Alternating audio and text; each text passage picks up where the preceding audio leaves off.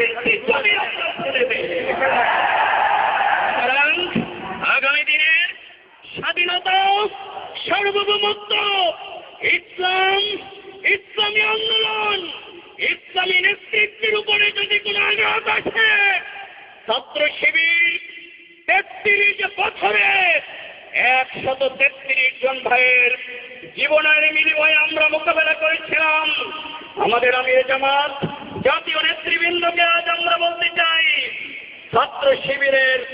যখন হলের থেকে কর্মীরা আমাদেরকে চিঠি লেখেন আগামী দিনের ইসলামী রাজনীতি বন্ধের, ইসলামী নেতৃত্বের বিরুদ্ধে যদি আঘাত আসে, শিবিরের কেন্দ্রীয় সভাপতিকে যখন চিঠি লেখেন আমাকে যাতে আল্লাহ সর্বপ্রথম শহীদ করে, এই কাফলায় আজ হাজার নয়, আজ শত নয়,